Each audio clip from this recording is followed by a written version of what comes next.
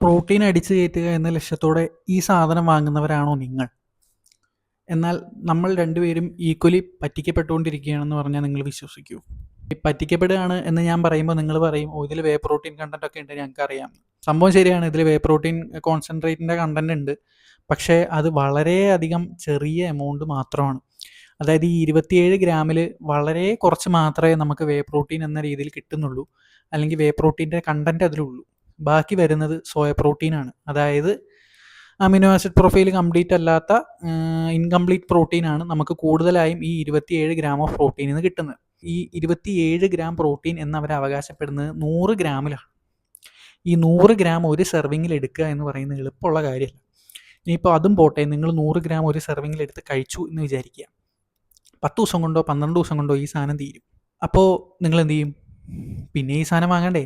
ഇത് 1 കിലോയ്ക്ക് 1000 രൂപയുടെ അടുത്തോ 800 രൂപയുടെ സംതിങ് വരുന്നുണ്ട്. അപ്പോൾ ഇത് എത്രത്തോളം എക്കണോമിക്കലാണ് എന്നാണ് എൻ്റെ അടുത്ത ചോദ്യം. ഓട്സ് എന്നത് മെയിൻലി ഒരു കാർബ് സോഴ്സ് ആയിട്ടും ഫൈബർ സോഴ്സ് ആയിട്ടും കാണപ്പെടുന്ന ഒരു വസ്തുവാണ്. അല്ലെങ്കിൽ ഇതിൽ ആക്ച്വലി വളരെ കുറവ് പ്രോട്ടീൻ്റെ എമൗണ്ട് കുത്തി കയറ്റിയിട്ടാണ് ഇത് ഇത്ര വില കൂട്ടി വയ്ക്കുന്നത്. അപ്പോൾ ഈ വളരെ കുറഞ്ഞ എമൗണ്ട്, അല്ലെങ്കിൽ ഇത്രയും നെഗ്ലിജിബിൾ ആയിട്ടുള്ള എമൗണ്ട് ഓഫ് പ്രോട്ടീന് വേണ്ടിയിട്ട് നിങ്ങൾ ഇത്രയും എമൗണ്ട് ചിലവാക്കണോ എന്നാണ് എൻ്റെ അടുത്ത ചോദ്യം.